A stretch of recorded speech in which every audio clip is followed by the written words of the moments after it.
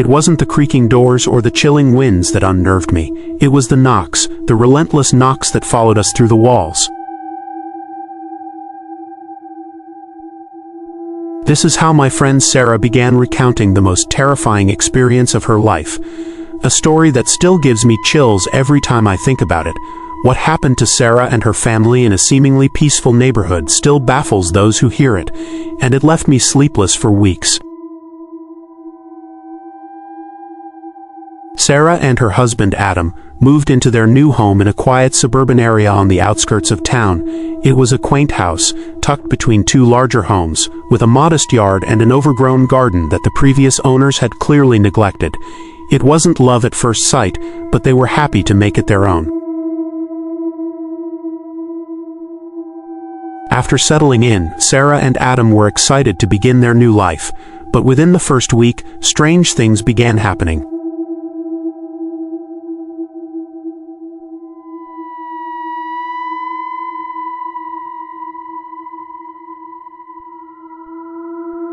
It was a chilly October evening when Sarah first heard the knock.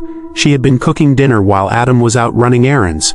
It was a slow, rhythmic knock, 3 taps, almost as if someone was trying to be polite. Sarah, thinking it was Adam returning, wiped her hands and walked toward the door. When she opened it, no one was there.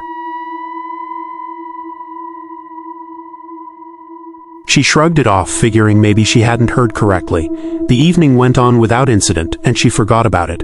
But the next night it happened again. 3 slow, deliberate knocks. This time, Adam was home. He answered the door, but like the night before, there was no one outside. Sarah mentioned the strange knock from the previous night, but Adam brushed it off, thinking it was just kids playing pranks.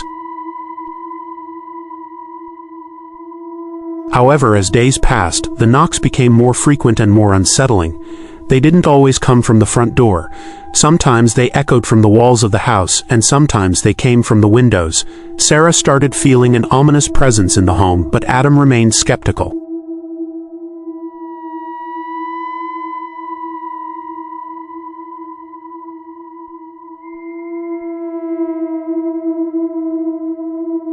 One night, while Sarah was lying in bed, she heard the knock again, this time from the wall near her headboard. Heart pounding, she sat up and listened. She could hear footsteps, light but distinct, coming from the hallway outside the bedroom. Her first thought was that Adam was getting a late-night snack, but when she turned over to ask him, she realized he was sound asleep beside her. Slowly, the footsteps drew closer, stopping just outside the door. Sarah's heart raced as she watched the door, waiting for it to creak open, but it never did. After what felt like an eternity, she heard a faint whisper, a sound so low and garbled that she couldn't make out the words, but the tone sent a shiver down her spine. The next morning, Sarah told Adam everything. Though he didn't fully believe her, he agreed to install security cameras around the house to ease her fears.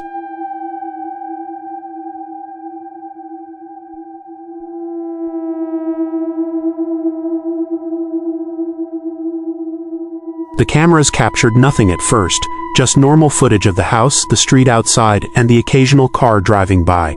But on the 5th night, they caught something unexplainable.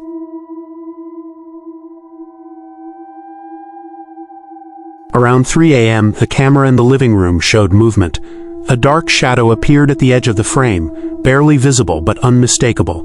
It drifted slowly across the room, stopping near the front door where the knocks had been heard. The shadow lingered there for several minutes before disappearing. There was no source for the shadow, no one in the room, and no objects that could have cast such an eerie figure.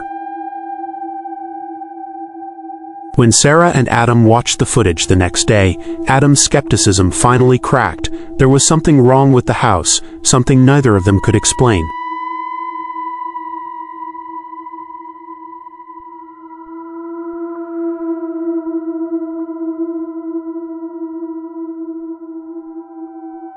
Desperate for answers, Sarah started researching the history of their home. She discovered that the previous owners had moved out suddenly, leaving behind much of their furniture and belongings. After some digging, she learned that a woman had died in the house under mysterious circumstances about 10 years earlier. The neighbors whispered that she had been involved in a dangerous relationship, and one night, after an argument with her partner, she vanished. Her body was never found, but strange occurrences had plagued the house ever since. Sarah was horrified. The knocks, the shadows, the whispers, it all seemed to be connected to the woman who had once lived there, but the most chilling detail was the last thing she discovered. The woman had been known for knocking on walls when she was anxious.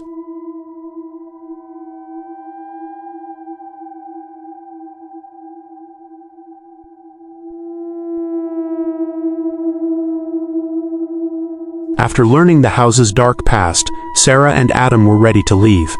They packed their bags and planned to stay at a hotel until they could find a new place, but the house wasn't ready to let them go.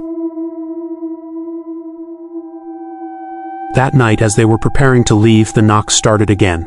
This time they weren't soft or polite. They were loud, aggressive, echoing through every room.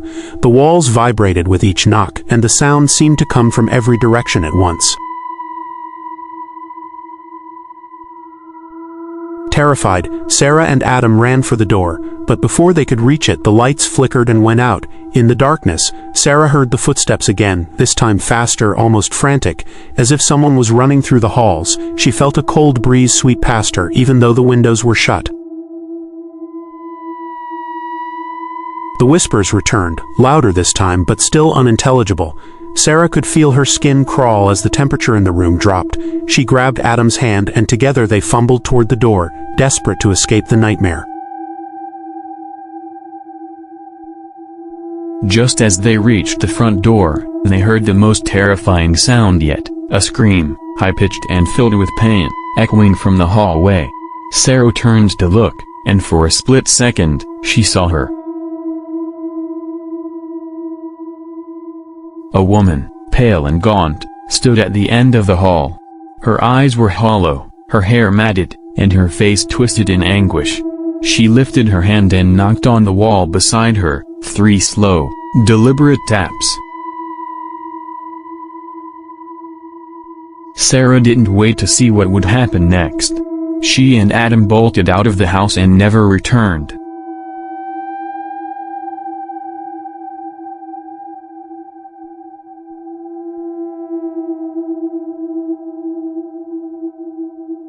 The house has remained vacant since that night.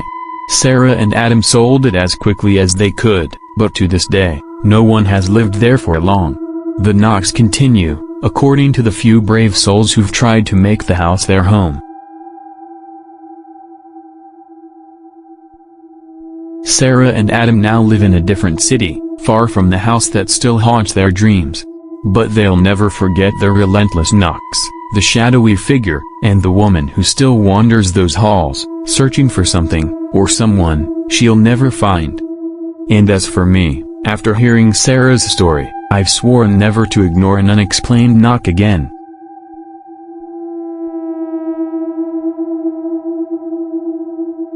So, next time you hear a knock on your wall in the dead of night, be careful who, or what, you might be answering.